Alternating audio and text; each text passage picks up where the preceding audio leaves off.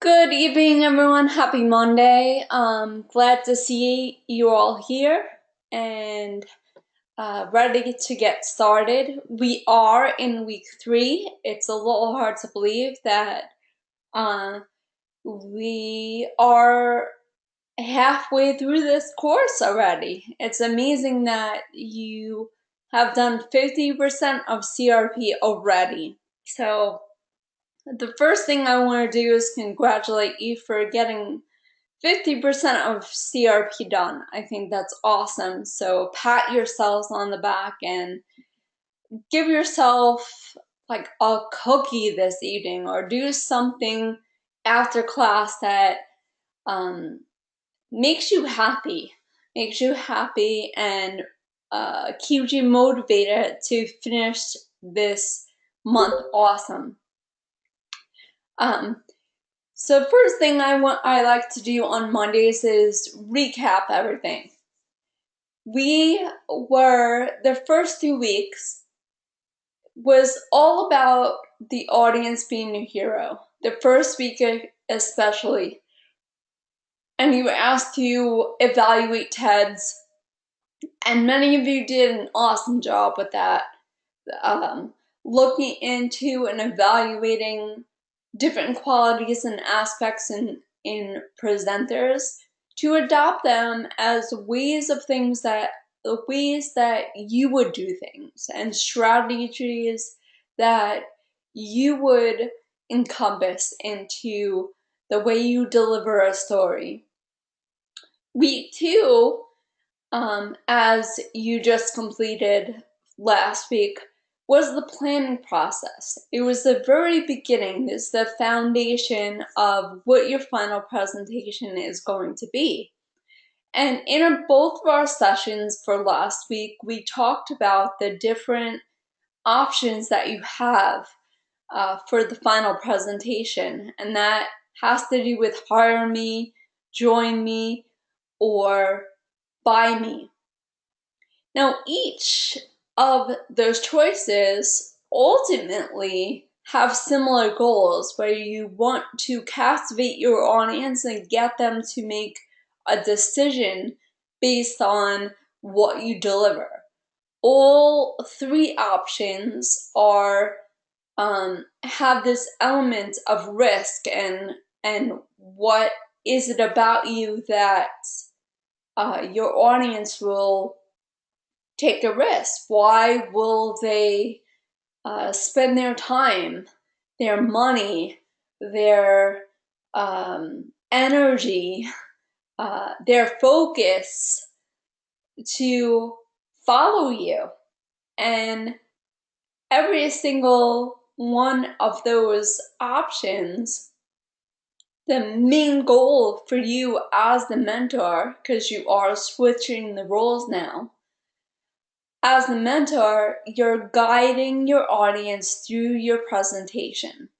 So what I'm finding at the very beginning, because again, this was only due last night at midnight, and I have been working all day on viewing plans.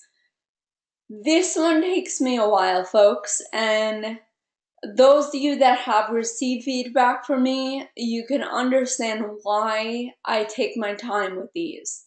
I do provide a lot of feedback and try to give you as much direction as I can.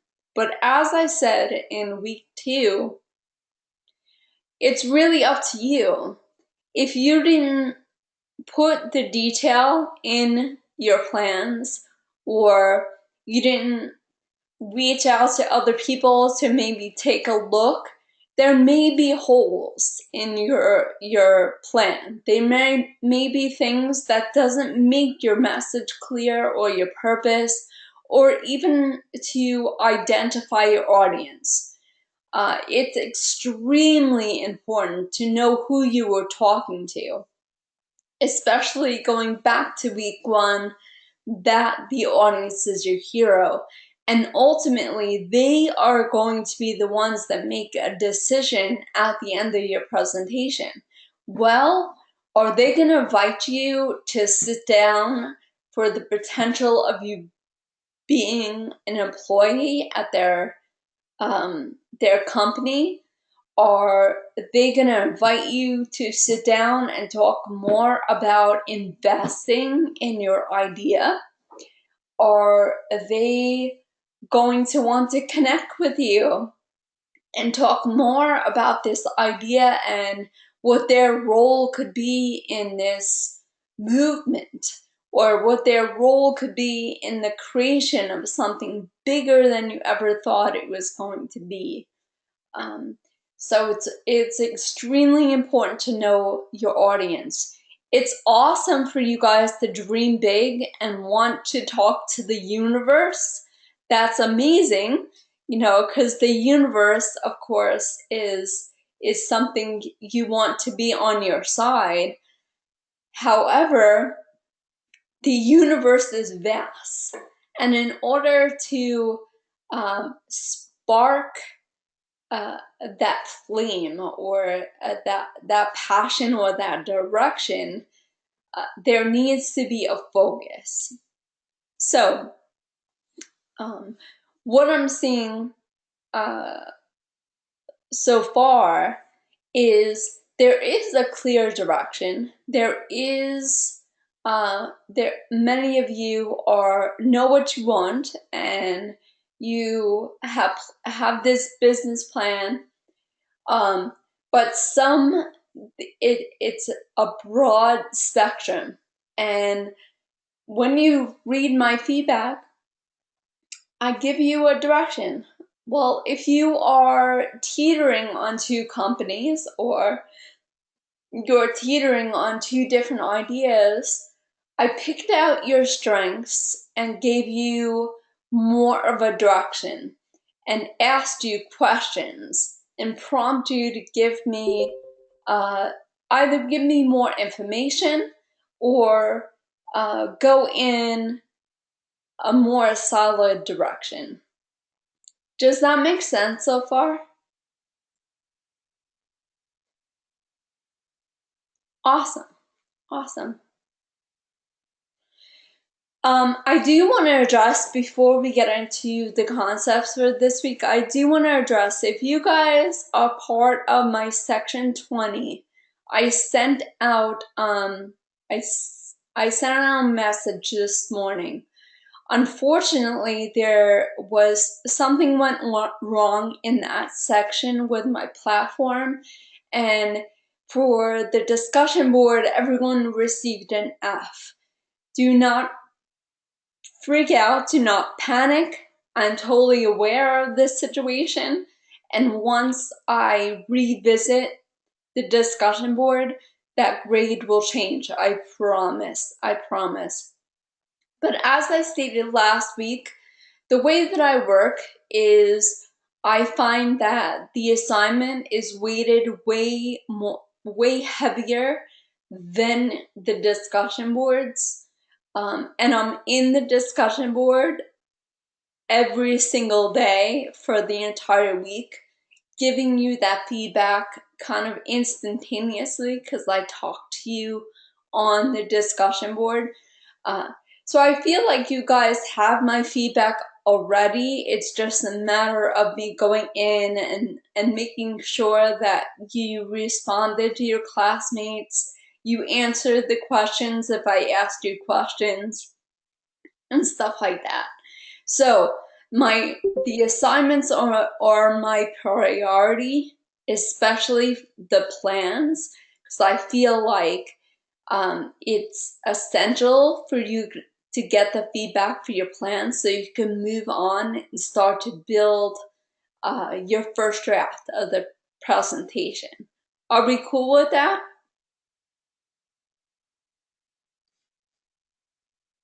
Cool. Okay, so tonight is a little more about, you probably started reading Slideology and started thinking about design. One thing, going back to the plans, one thing that I'm seeing that was missing in many of the assignments so far is there was no real talk about design. What are you gonna incorporate? Are you gonna use video? Are you going to use images, and what is that purpose? Remembering that images are meant to complement what you're saying, and we're going to overemphasize that point tonight, and I have an activity that will give you more practice.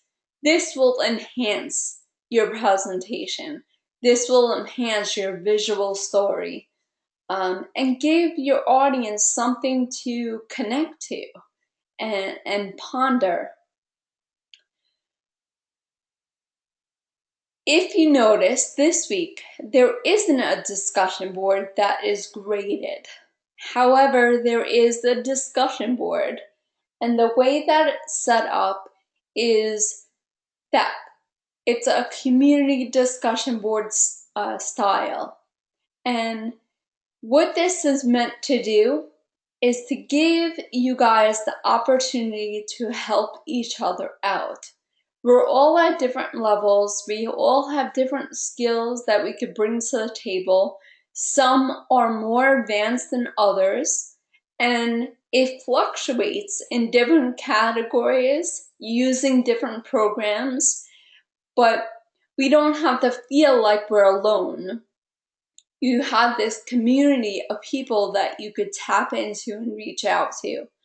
So has anyone looked at the discussion board for this week yet?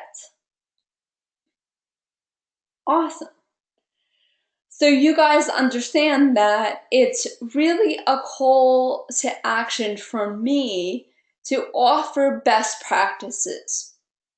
If you've read the directions for your first draft, which is the assignment for week 3, you'll notice that a requirement is audio. There has to be an audio narration of your presentation. This is to help you practice story. It's to help you practice flow, and it's to give your audience, which is when you upload your presentation, an opportunity to understand how you deliver. And as your instructor, I get a feeling of how you deliver your story with tone and flow and purpose. It gives you the opportunity to flex those muscles, knowing that creative presentation, part of the credit for this course is oral communication. There's that oral communication component. So even though you guys are online students, you still need that practice in oral communication. Communication is the key, and I'm not going to apologize about saying that too many times, because it really is. It is the key to success. It's the way that it's our language. It's how we connect with each other. It's how we make things happen. Communication, it's our language.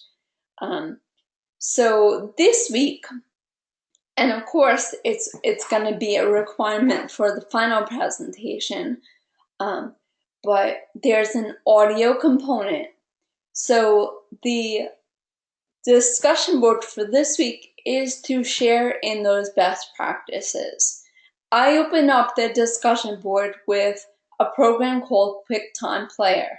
The reason why I choose that is because we do not require a program, especially in the core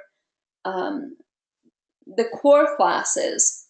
You guys don't have your launch box yet. You don't really have the software. So you're working with things that you have access to. So the reason why I choose QuickTime is it's universal.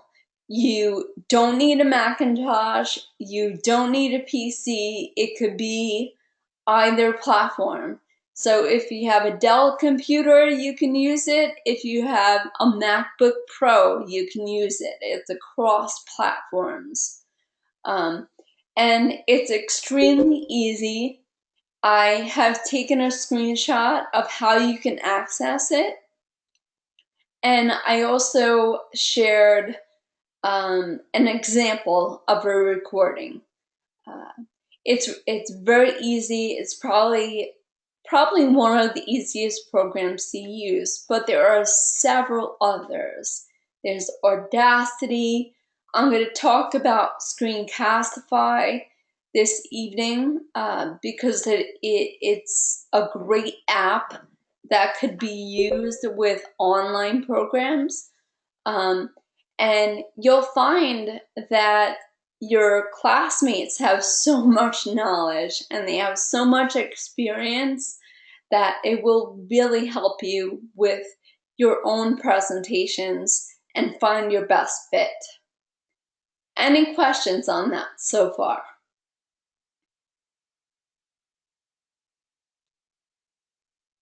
Awesome. Okay, so subject for this evening, visual vertigo. What is it? What could you tell me based on just that term? What is visual vertigo? And if you guys would like, unfortunately, my control panel will not work when I have this full screen. So if you would like to answer, please answer in the chat box.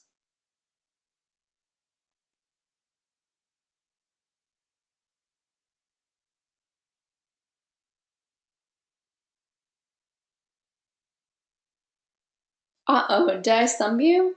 Oh, April, an overload of visual stimuli. And she puts it in all capital letters.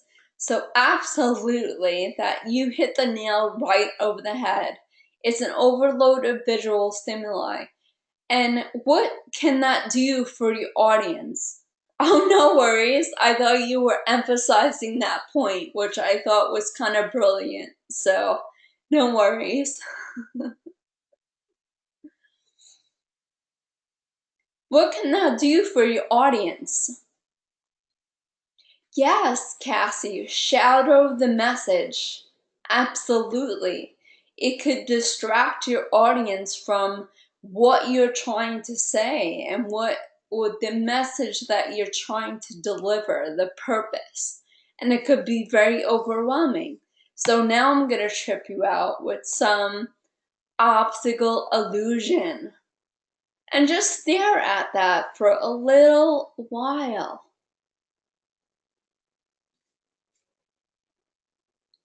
Or maybe you like that one. And I feel like we should have some Pink Floyd going on in the background or something to that nature.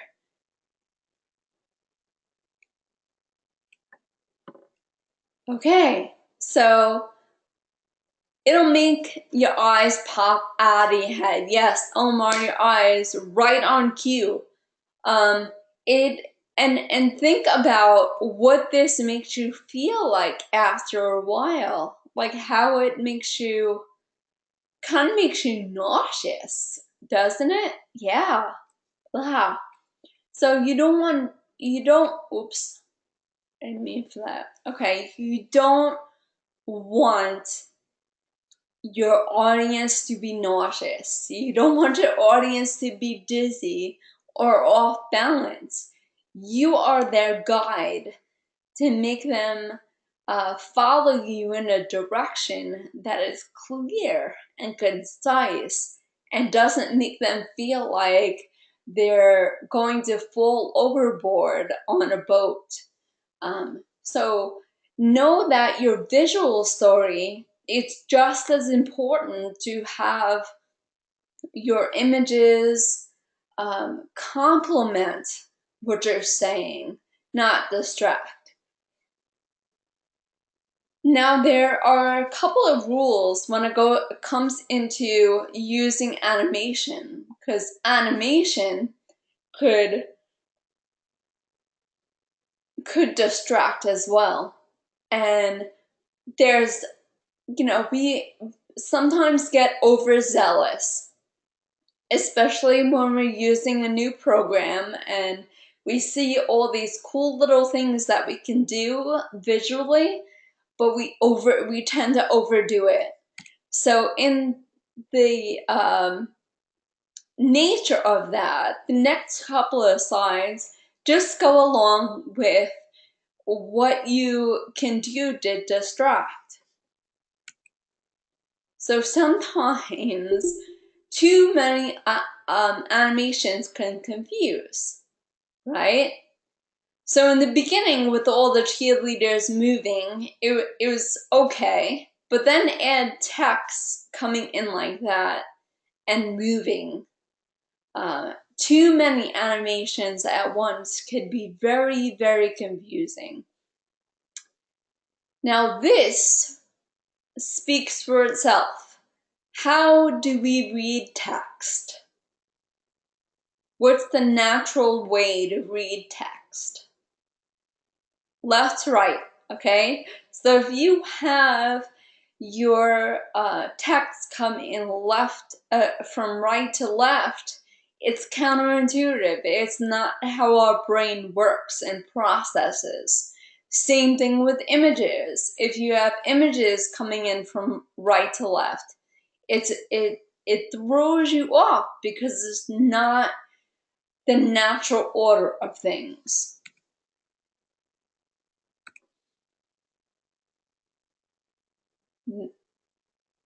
That pretty much speaks for itself. Any piece that's phonetic or annoying or chaotic or flashing in front of your face, making you, it could give you a headache, it could be distracting and annoying.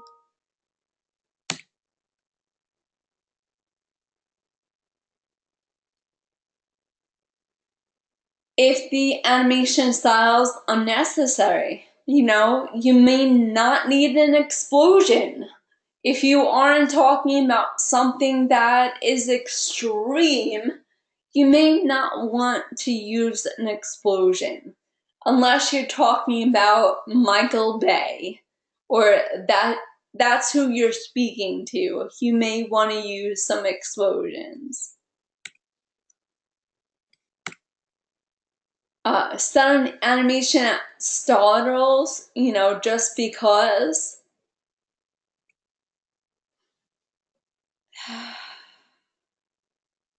Or this. No, yeah, just, do you really want to guess, or for things to appear, or for you to wait for things to appear? That last one was extremely dizzy. But again, this is something that we can be overzealous with transitions and wanting to make things interesting. But it's unfortunately sometimes it just distracts us. Now this is really cute if you're Pixar. Pixar has cornered the market on this, but it doesn't necessarily fit into what you may be trying to say. And I see you guys' comments about high school presentations. Unfortunately, I know all about that. Yes, yes. And you think you're doing the right thing. You're like, oh, my teacher is going to give me an A because I'm using transitions and I'm making things fade in and fade out. And then the next screen it comes in from the left side of my screen, and the next transition, the image comes in from the right side of my screen, and the next transition, it drops in and bounces like I'm playing Pong on Atari, and that is cool. But in essence, there's no consistency. There's no rhyme or reason for the changes. Another thing with design is colors have meanings. Has anyone ever looked up the philosophy behind color or the color meanings? Yes, this could be extremely important. It's something that is done very effectively in marketing. For instance, the color red automatically gives you this feeling of hunger, and it's very subconscious. It's not blatant in your face. It's something subconsciously that happens to you. um so McDonald's has the red, and it kind of gives you a craving feeling. um Coca-Cola, the can is red. And I don't know about you, but every time I see a commercial and they start like opening up the can and you hear that shh, I'm not a soda drinker, but I want one so bad. Red, it's something about the warmth of the color that makes you almost like how certain foods are comfort foods. For many people, it's carbs. A bowl of pasta, um, bread that you could dip into sauce, mashed potatoes, like comfort foods. So, um, even though we tend to associate red with anger or lust or love, it's comforting as well.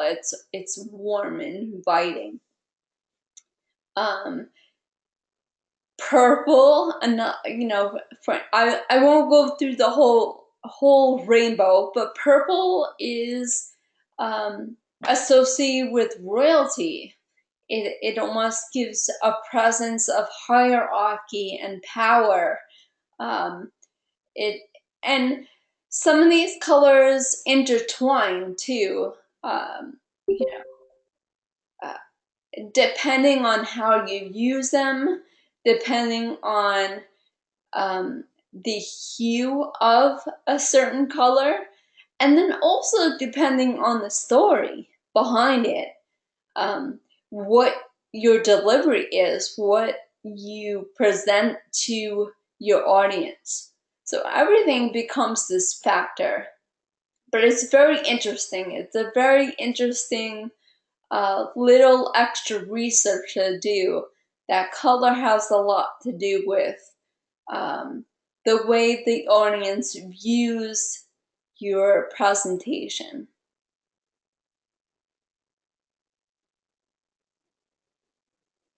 Yeah, Lauren, because they know what they're doing. It's almost like it's something innate that happens inside of us. And, like the color yellow is associated with happiness. You know, you think we equate it sometimes with the sun, and when sunshine is out, we're happy, and like yay, it's summer, the sun is out, we can be out in the shorts, and it like makes you smile. So there definitely is a rhyme and a reason, especially in marketing, when they use certain colors. I'm sure you guys have heard this before. It's a very cliched saying, but it's so true. A picture is worth 1,000 words. And it's so true. You could put an image up there and really get your audience to think, to contemplate what you are going to present and what the purpose or meaning behind your words are. So a picture is definitely worth 1,000 words, and that's why when you think about design and you think about using images and or video in your presentation, remember that there has to be a purpose and it needs to interconnect with what you're saying. It's a complement to what you're saying. So the next few slides are pretty much like an example of what you can do. So this may sound like a stupid question, but what is this, class? Yes, it's an apple. Now, what else can it be? Now I'm going to blow your mind. What else can it be? What else, by seeing an apple, do you think of? Yes, a fruit, a gift. Snow White, yes, Lauren, yes. A Mac, yes, Michael, of course, the Macintosh. Metaphor for being hungry because it's red, absolutely. Santa, oh yeah, 'tis the season. Oh, and the apple of my eye, awesome.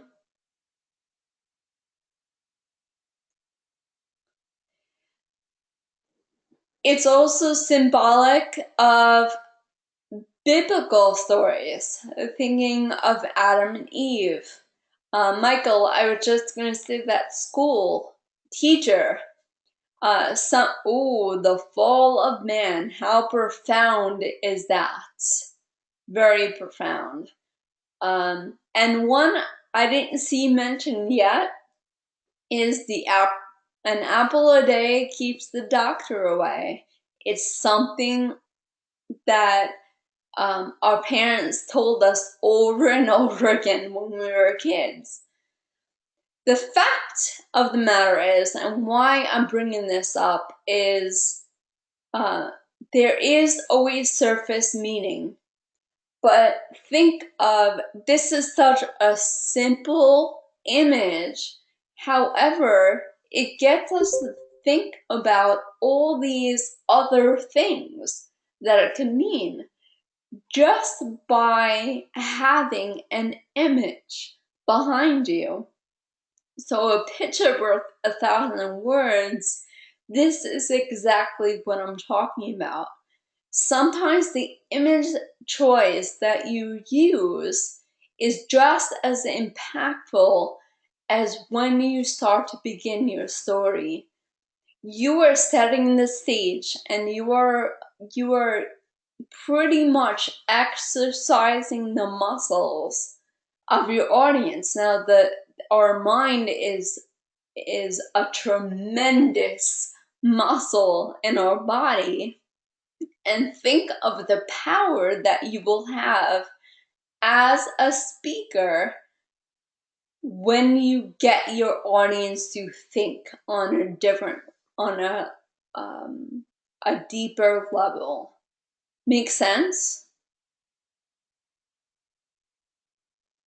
Awesome. Now, what does this do? How does this change the whole thing?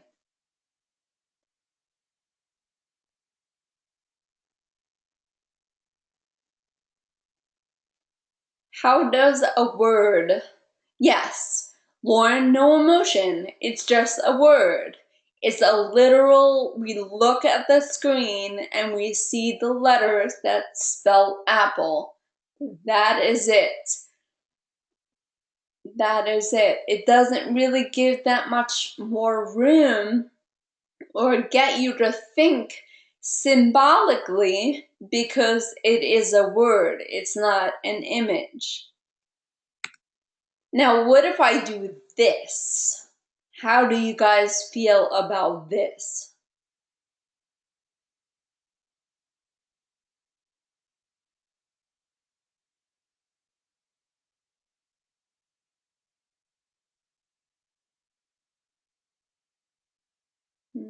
It's just telling us it's an apple. Yeah. Isn't that like condescending a little bit? Do you not feel like you are in kindergarten and I'm saying A is for apple? Yes. Okay. So keep that in mind when you guys are building your presentation, especially this week. Keep it in mind that, and when you use an image as strong as a simple apple, you don't need to spell it out for your audience. Your story will do that. Make sense? Awesome. Cool. That's a big fat X.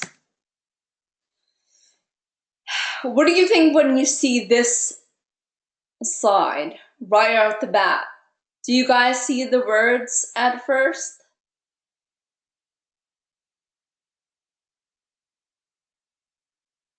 No, and why is that, Michael? The crowd. They blend way too much, and this is actually a quote from your book. Nancy talks about this, but it's very distracting. You have this crowd of people, and it kind of gives you the idea of what that quote is saying. That you don't really need it, but overcrowding definitely does cause confusion, and you can do this with using way too much text on the slide or way too many images on the slide. Like this. This is actually was published in the New York Times. It was published as a military debriefing. Can you make any sense out of this? What is going on, right? Does your head not want to explode? Incidentally, I have, unfortunately, when I was an undergrad, I had a Western Civ professor. God loves teachers. I'm one myself, but I have a Western Civ professor that this is what his notes on the board would look like. It was a concept at every different point of the chalkboard, and we just had to figure out what went with what. So it makes your head hurt, and I'm with you. Probably the whole bottle of Advil after trying to figure this out. This isn't even a controlled chaos. What we were talking about last week in the go-to session, it's a mess. It's a mess. We'll stop now. Okay, when it comes to design, look at this slide and tell me what's wrong with it.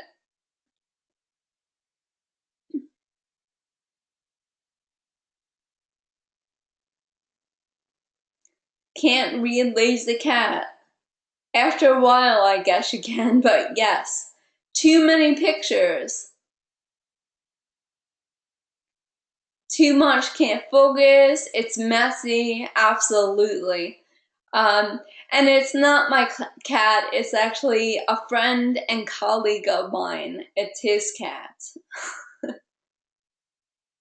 I stole his slides.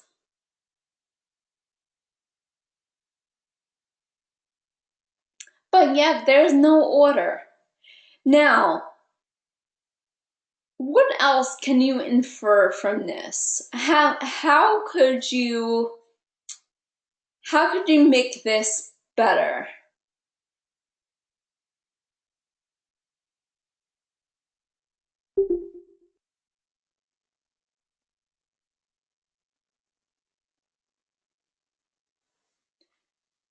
What's one of the things that you could make this better? One pick. Okay. Why would you say one pick, Philip? Why would one pick do? What's wrong with having several of these pictures? Okay. Michael says maybe half. Philip, definitely too busy. Maybe more than one, but have them organized. So right now they're overlapping, and I agree with you, Johanna. It's right now they're overlapping. Okay, so we do that, and we go with Michael's suggestion. Maybe we'll have three. A few of them, and make them organized. Can you make this slide better? April makes the suggestion separate slides. Yeah, absolutely. Here's the reasoning behind what Nancy talks about and the demonstration right here. What I call this is a 3-ring circus. Has anyone been to a 3-ring circus before? Okay, Cassie has. Oh, many of you have. Good. So you'll get my analogy. A 3-ring circus, no matter where you're sitting, you have one of the rings in front of you. So for argument's sake, let's say that you're sitting dead center. In dead center, there is the lion tamer. And all this cool stuff is going on with the lions jumping through hoops, and there's fire, and there's a whistle, and there's a whip, and all this stuff is going on.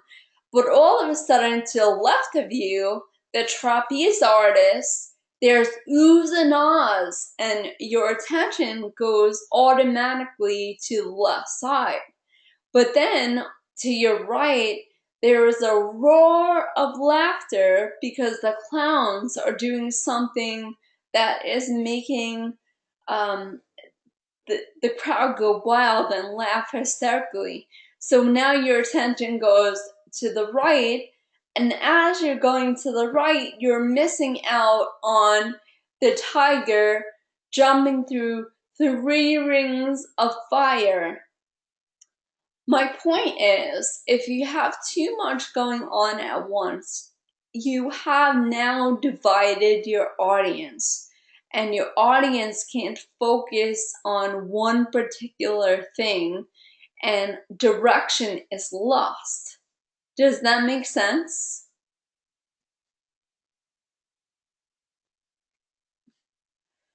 Absolutely, Cassie. And I'm one of the people that will argue that, like, yes, I can do 30 things at once. I'm superwoman. But yes, research will tell you that you cannot possibly give your attention 100% to multiple things. Our brains do not work that way. We should be focusing on one thing at a time. Am I guilty? Of course I'm guilty. Do I not answer an email while I'm watching something else, or shift my gears when I get a message on the screen? Of course I do. Some of us are a little better than others, but it's a buzzword that has a lot of fluff. Yes. Yeah, Cassie, amen to that. Yes. The sad thing it is what most employers demand. They demand you to answer your phone and answer emails and yes, and organize and write reports. I totally understand. I'm right there with you. Okay, so we had a suggestion for it to be one picture. Now, what is good about this and what's not so good about this?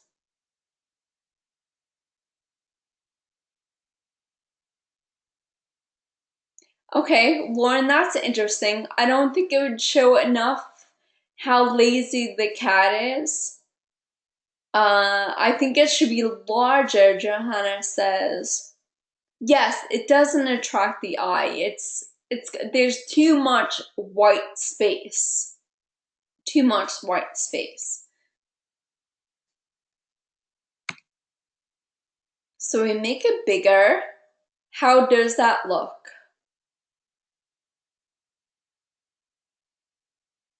Better. Now, is there anyone in here that feels like you need the text?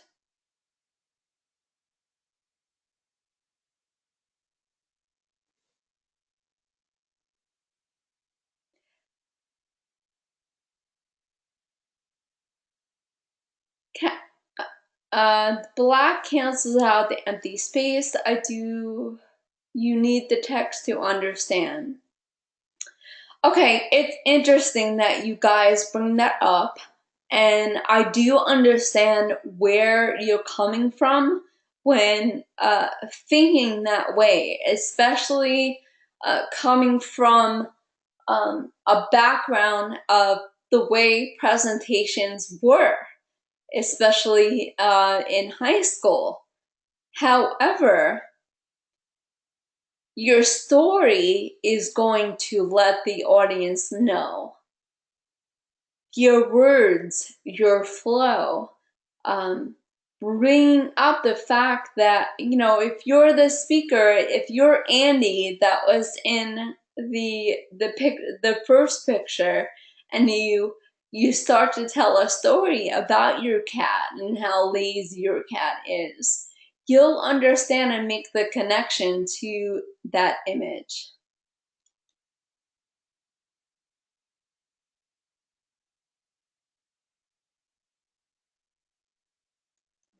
Cool. Any questions on that? Sweet. Okay. There are little movies or little videos within your book, Slidology and Resonate, and one of the things is Nancy Duarte's Duar Comedy.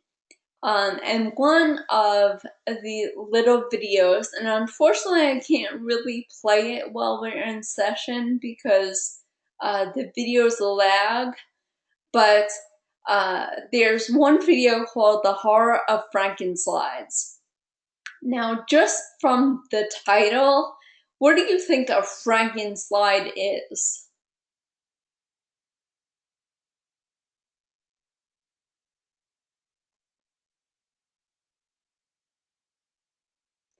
Cut and paste. Yes. Okay. And bless their hearts.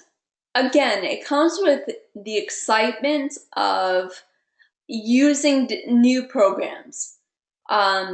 And this is from experience. I wouldn't bring it up if I didn't have the experience of this. It's having a presentation that takes several different templates and slaps them together. And even though the layout of the slide looks nice because it is a template and things are laid out the way they're supposed to, there's no consistency because the slides do not match each other. And for professional reasons, and for the reasons of having a clear direction for your audience to follow, there should be consistency. Consistency in color, consistency in font, in image sizes, placement. All of these things have to be are important to look at. If you're using Comic Sans in the first slide and then you switch to New Times Roman in the next one and then you switch to script in the next one, there's no consistency. There's no natural organized flow of your slides.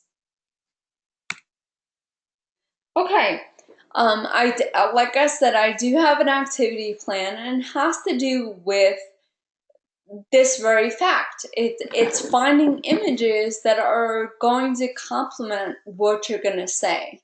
And if you master this craft, it's going to not only complement your story, but it will enhance the experience for your audience. Give them a deeper sense of your drive, your passion, the way that you think. It'll show that you think deeper than words on a page will say, or words on a slide will say. And let me get to that. Okay, so what I'm going to do in a few minutes is I will copy and paste this link into the chat box. And come on, okay. I will copy and paste the link into the chat box, and it will bring you to my Google Drive, where I set up a document that have all these words within the document. And what you need to do is go out. I'm going to give you about 10 minutes and look for images that mean these words to you. I encourage that you use images that that you have in your own photo library. However, you could go to Google Images or Flickr or any of the sites that will give you royalty-free images and look stuff up that way. My recommendation is when you do find an image that fits your need, save it to the desktop as a JPEG and just drag and drop it into the form. So let's go to the form. Okay. I already occupied. Okay, it's not going to what I want it to go to. Here we go.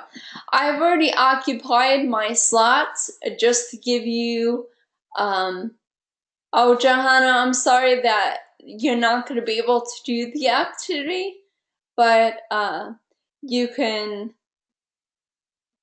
just follow along.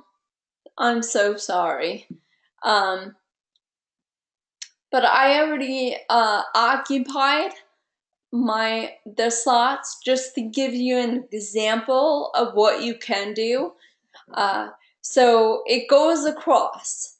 It's asking for your name first, and you put your name in under each term. And under each term, you will drag and drop your image into the box. So you'll put your name here, and then you'll drag your picture there. Do you guys got it?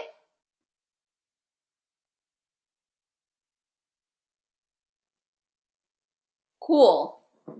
I'll put some music on, and then I'll set the clock for 10 minutes. Let's see. Okay. Have fun with this, guys.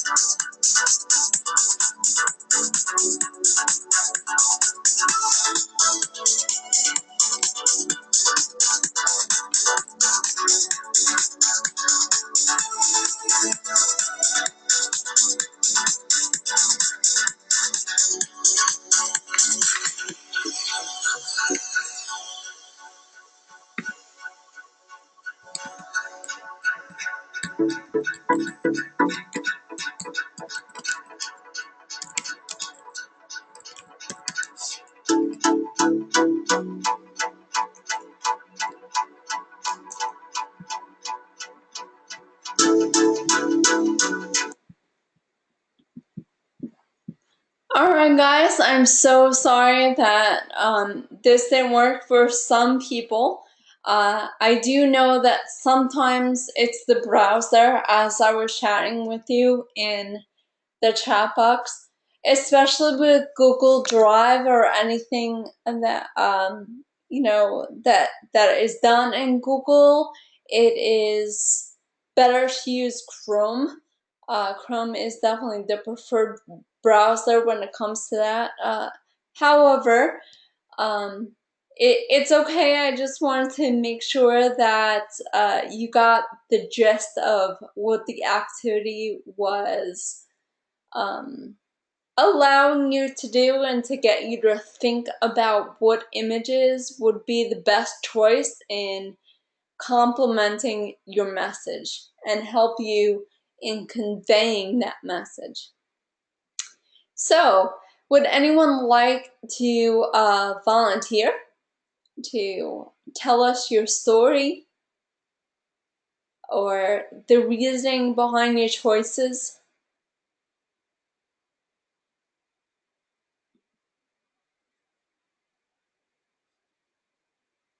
Are we? Oh, Eva, cool. All right, let's get to you. And I'll open your mic. Hi, Eva, how are you? Me? I can hear you now. Okay. Awesome. Go Okay, for it. so for my first picture, my idea of fun is getting ready. I like to do my hair and put on makeup and all of that, so I chose that for fun. Well, Um, the second picture, I was trying to convey group studying because that's teamwork, so everyone can get good grades. The third picture is an athlete, specifically running.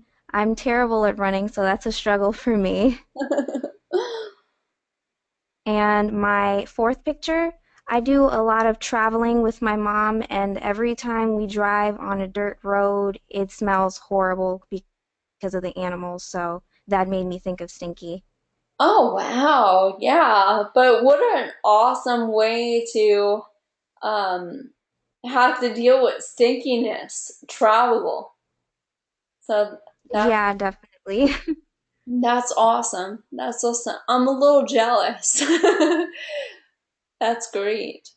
And the fact that you go with your mom, that's so sweet. Thank you. You're welcome. Thank you for sharing. Would anyone else like to volunteer to share?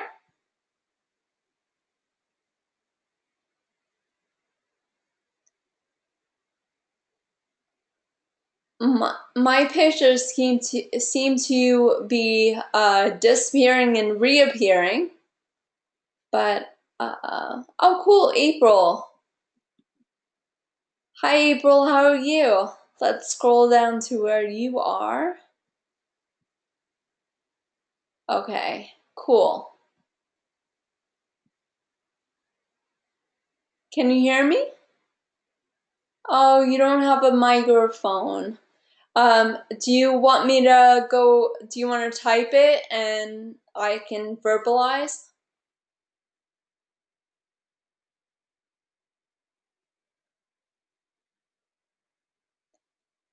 Cool, go for it.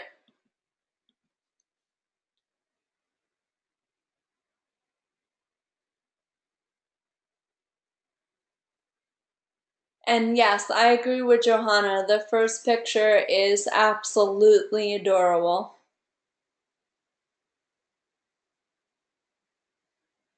Oh, yeah, sleep? What is that? What is that? I don't know. It's not in my vocabulary anymore. But yes, and what an awesome picture because it really depicts how blissful that cat looks. So I can totally understand the blissfulness. Oh yeah, yeah, very good picture. I'm gathering that is everyone in the production.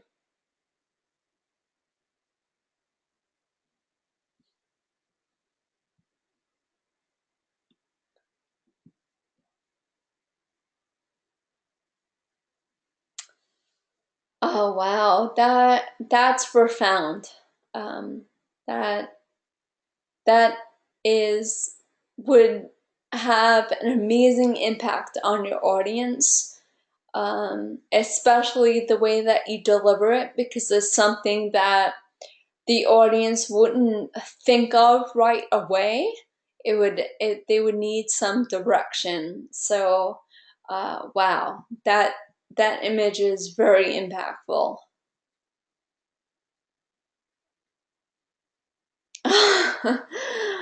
The last one makes me laugh. Awesome. He's so adorable. He's so adorable. That's so cute.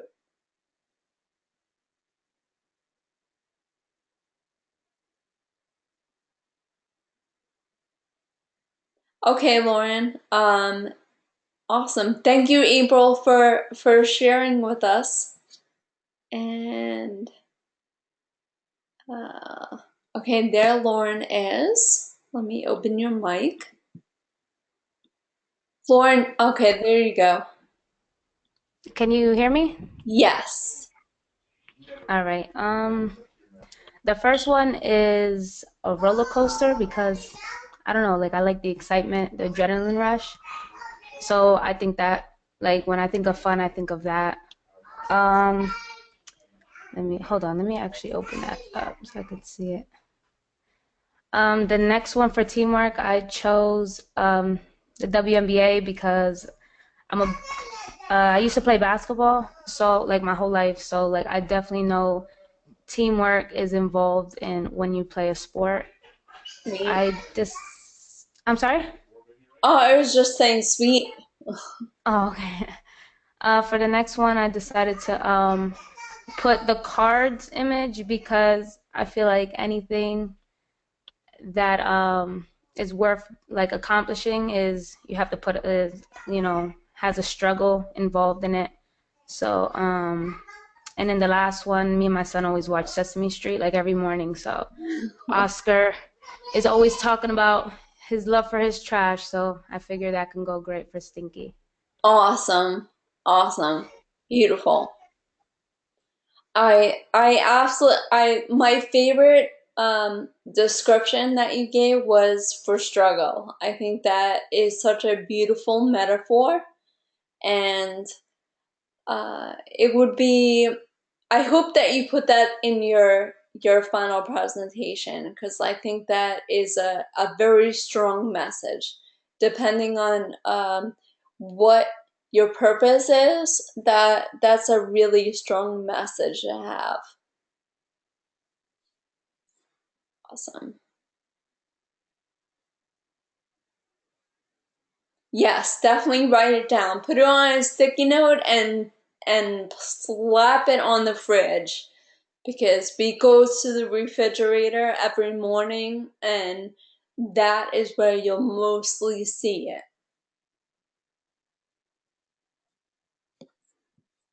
Okay, awesome. So I'll just quickly run down mine and then we'll wrap things up with the rest of the week. And I know you all are extremely busy. I'm there with you. So I'm with the rest of you. A lot of you used your nephew's image, and that's who's in this picture. He's also my godson, so this was at Santa Land last year. I can't believe it was a year ago, and we're celebrating Christmas again shortly. Crazy. Um, but this was at Santa Land last year, and we got to spend the whole day together, just me and him. It was the coolest day ever. And this picture is actually on the train that goes around the parking lot at Full Sail. It's pretty cool. He makes this winter wonderland throughout the whole campus, and employees can bring their children. It's awesome. It's just an amazing day. We both got our face painted. That was at the end of the night, so he already washed his Ninja Turtle off, but we had a great time. The next one for teamwork is an organization here at Full Sail that's called Pure Motivation, and they hold events. They try to do 2 events per month, and it's local charities. So it's charities or organizations that are around um, Orlando or Orange County. And this one happens to be called Feed the Children. And our objective is you see the bins, and we all had to work together as a team to make these packages of food that would feed a family of 4. And it gave all the essentials, minerals and grains and vegetables, and it's all dry material, and we had to make packets in order to send out care packages. Amazing organization. They make it really fun. They've done so much. Pure Motivation has done so much. Organizations like the Miracle League and Habitat for Humanity, Homes for Veterans. I could go on and on and on and on. The struggle is why I decided to share a picture of my degree is it was rewarding, and it was a struggle at the same time. I didn't quit my job. I was still teaching creative presentation, still having huge classes, many sections and or um, classes on campus that were about 95 to 100, and giving the feedback that I give and holding my go-to sessions and lectures and all that. And oh yes, and having the responsibilities of a family and home and bills and all that good stuff. So the struggle is real, and I totally understand where many of you are in this struggle, and I understand what an undertaking it is to choose to have this responsibility on top of everything else. So believe me, I'm with you. I'm there. I'm also living proof that it's possible, and you're gonna get through it. You'll still be alive at the end of this journey. So, I mean, in that picture, it was the end of my journey. I was going to graduate in a week from when that picture was. If you notice, I don't have any gray hair, so you can do this. You can definitely do this. And the last one, of course, everybody would equate stinky to a skunk. And that's my story, and I'm sticking to it. I hope you guys enjoyed this little activity and it gave you somewhat of an idea of what you could bring to the table and how images can be just impactful to your story as your words can be. And it's all about choosing the ones that will complement your story and what you say.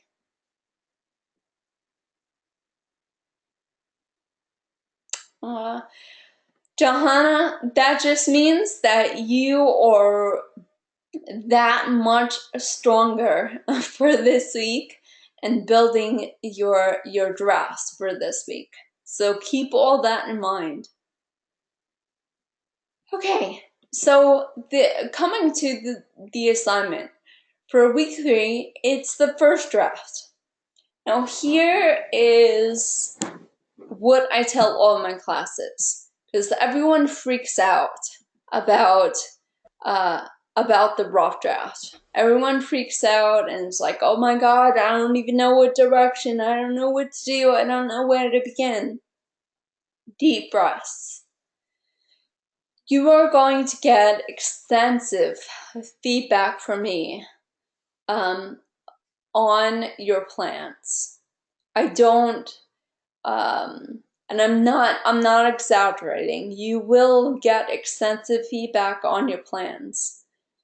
Know that all this is a work in progress. It's something that I'm hoping you are going to take with you as you progress through this program. And as you obtain these skills and as you obtain the experience, you will enhance this presentation as you move forward. By the time that you get to your first portfolio class, you'll have so much under your belt that you can evolve this presentation. So get rid of all your reservations about not being good enough. You are good enough. You have the capabilities of anyone in this room. It's up to you to take a hold of everything that is going to be introduced to you and use it to your advantage.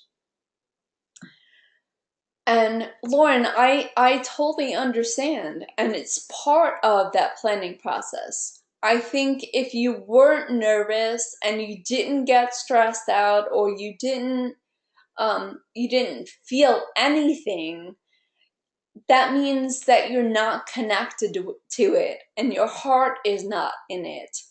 And last week we talked about the why and how important the why is. Your why is what your audience is going to buy into. If you do not believe in what you're saying, how do you expect them to believe in what you're saying or even want to follow you until the end of the presentation? So with the first draft is just that. It's a first draft. That doesn't mean that it has to be perfect. It doesn't mean that all of your ducks have to be in a row. It just means that you're going in and you're providing everything that is required. You're showing evidence that you read my feedback from your plans, that I go over your content. You're working on your story, you're working on your flow, you're attempting to incorporate images that complement your story. You're practicing your narration and you're incorporating that audio into your presentation. You're taking the time to really get to know the software that you're using and you're applying that to make your presentation the most effective. Okay, so I'm getting some questions. Oh, that is great to know, Michael. You can get PowerPoint free from your Outlook account. Yes, because you will get a message from either the distribution office or your advisor with codes to download it. So thank you, Michael, for bringing that up.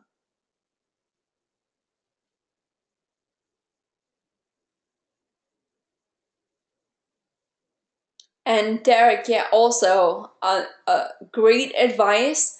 I've also provided screenshots, Johanna, on that community discussion board for week 3 on how to access QuickTime, and gave an example. But incidentally, that's what you guys, this is what that discussion board is for. So share your ideas, share, if you use Audacity, share it.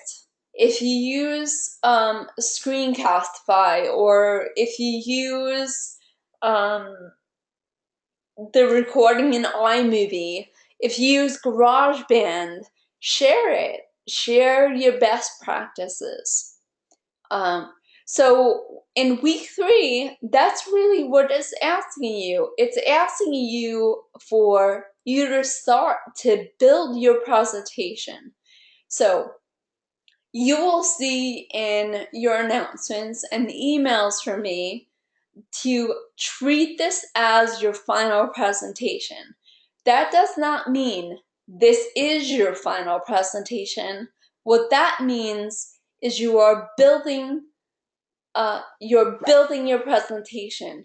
You're not giving me another outline or another mind map or another paragraph blurbs of what you're going to do. You're starting to build what you're gonna do. Does that make sense? Cool. Yes. Cassie, I'm trying to understand your question. The both assignments, it's the narration of your story. So if I'm reading that correctly, having audio in your presentation doesn't just mean a music loop in the background or examples of your music that you created. It's actually the narration, the oral communication of your presentation. Does that make sense? Cool. Okay, so incidentally, when you are creating video presentations, and it's only a suggestion to do a video presentation. You don't have to do a video presentation. You can use Keynote or PowerPoint and do your narration over your slides. However, if you want to branch out and you want to enhance your skills and you want to um, explore ways that you can create a presentation. Video presentations are awesome. Lynda.com gives you so much if you want to explore that software. Now, not everyone has access to this, and I totally understand. However, it's an option. A video presentation is going to take a little bit longer than any other presentation you do. This is understood. So for your first draft, if you want to do a video presentation for your final, it's not necessary to have it done for your first draft. What you can do is kind of have like a storyboard of what your video presentation is going to be, like maybe still pictures and speaking your story over those still pictures with the intent of creating a video. Does that make sense? Cool. Now, I've shared several examples with you guys already of final presentations. If you have not seen them yet, it's on your announcement. So if you go back to the very first week, there is a section in the announcement where I say, here's an example of the final presentation. Here's an example of something you can use. Here's an example of what you can, to give you a visual of what you're capable of. So I recommend, if you haven't watched them, and I will be sharing some more with you, they're there for your convenience to take a look of what you can accomplish.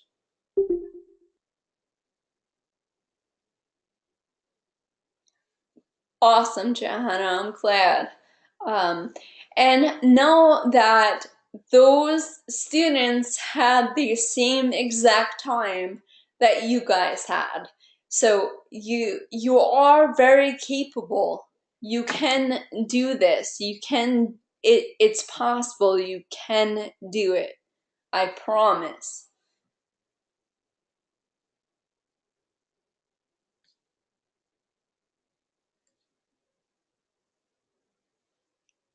Um,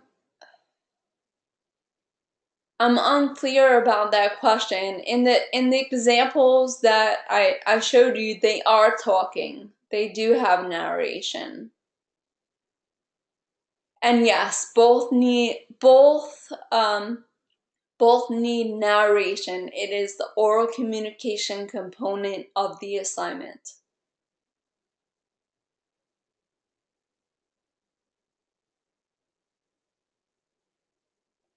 Lauren, of course, of course.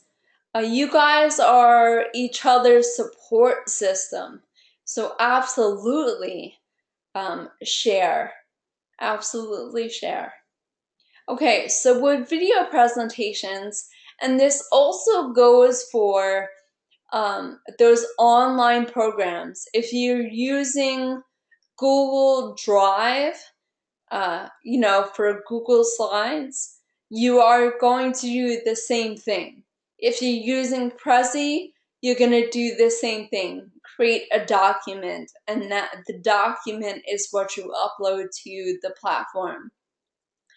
So in a video presentation, you are not going to send the video file. The video file is too raw and too big for the FSO platform. It will not upload. What you need to do is host the video somewhere, like a YouTube channel or Vimeo or Vidler. This is what I shared with you guys in week 1. So if you are doing a video presentation, you have to host the video somewhere. Make sure that the privacy settings are not on private, but on unlisted. What that does is anyone with a link can view the presentation. That will give me, your instructor, permission to watch your video. If it's on private, I will not be able to open it. So make sure that your privacy settings are unlisted, and this is something you can do when you publish your movie file.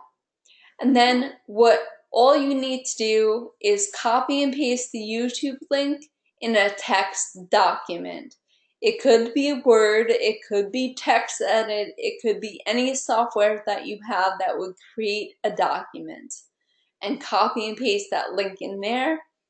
Name the file like you're supposed to name it, your last name, first name, assignment name, and upload that document to the platform.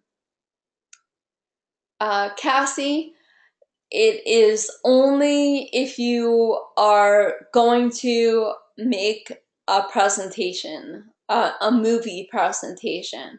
I will tell you that down the line, you may need this. So it would be good practice to have a YouTube account. And it's very easy to set up a YouTube account. If you have an email address, you're golden.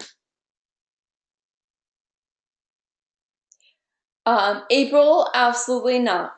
Absolutely not. I will only be going to the link that you share with me.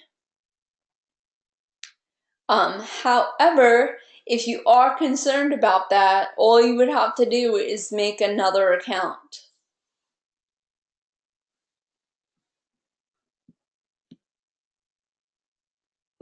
Okay, I did tell you guys that I would introduce Screencastify. Now, Screencastify is a program that is only conducive to Chrome. So if you don't have Chrome, it takes a few minutes to download that browser on your computer. Chrome works very, very well when it comes to Google Drive or anything Google. Google loves Chrome. So it's recommended if you don't have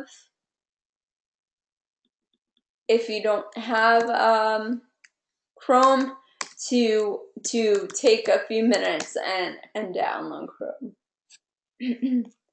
I'm sorry, my throat. I was saying before that I'm a little under the weather and my throat is hurting, so I apologize for my voice. Okay, oops.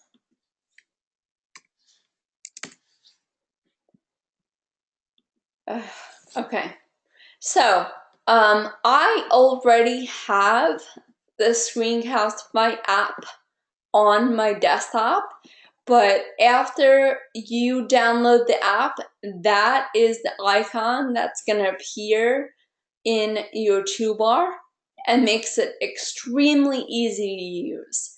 So what you would do is Google, no pun intended, Google Apps.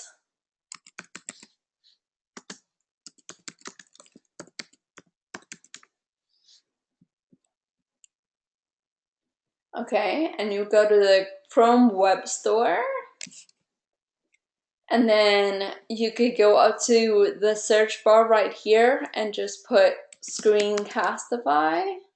There it comes out, the second one. It looks like kind of an app store, just like if you download an app on your smartphone. Mine's already on my desktop, but it's going to give you a button like this, add to Chrome. And like I said, the icon will be up here. Okay. So if you are using Google Drive, as I mentioned,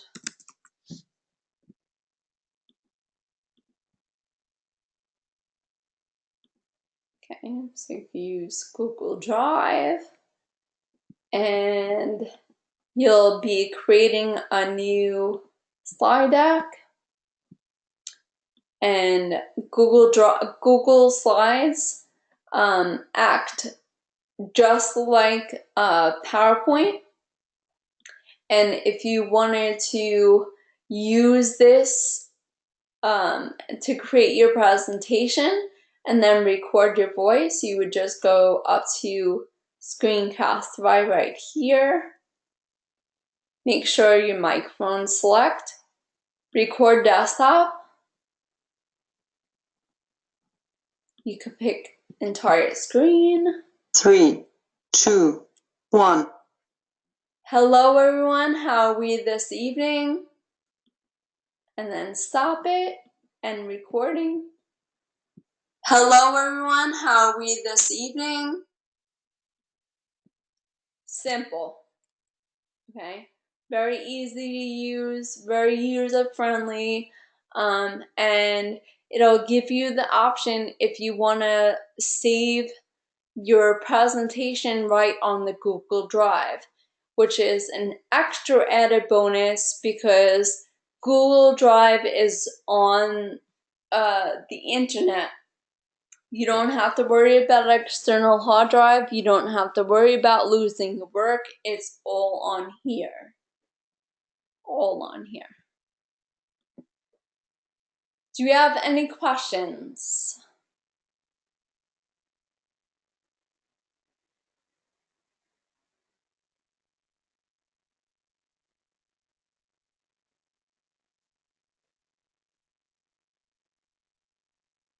Awesome.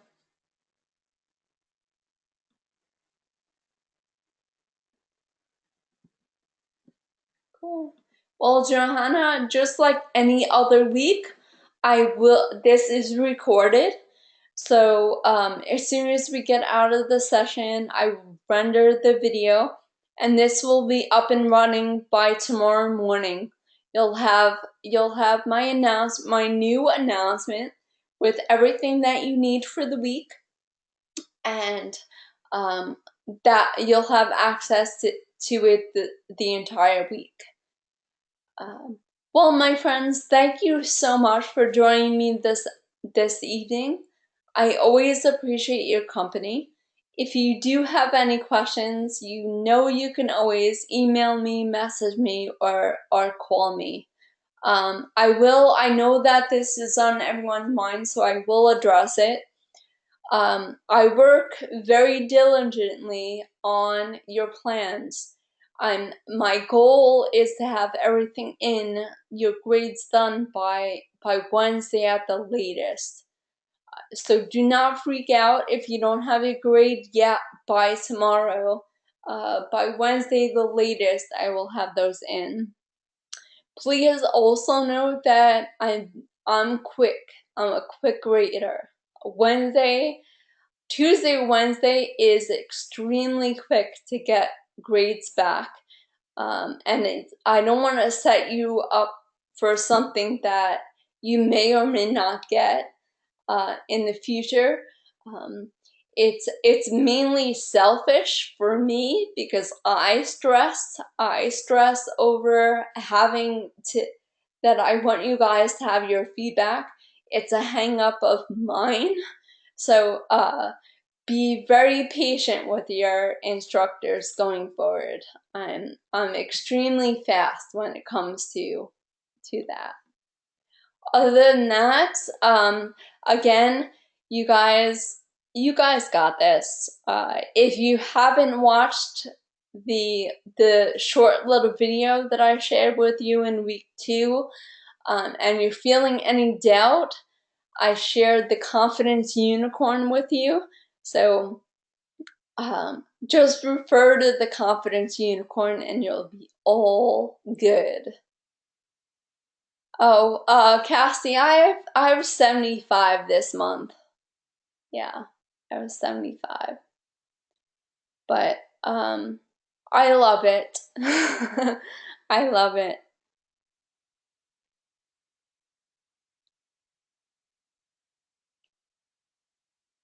And I want to thank you guys again.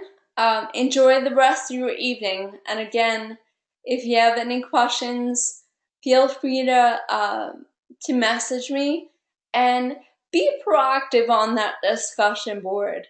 Help each other out.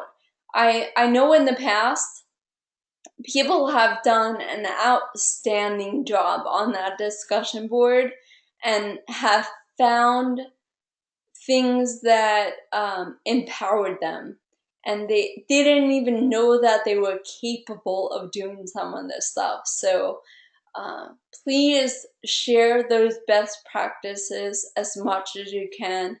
Reach out to each other and enjoy the rest of your week. Hopefully I'll see, quote unquote, some of you guys on Thursday. Other than that, have a great week.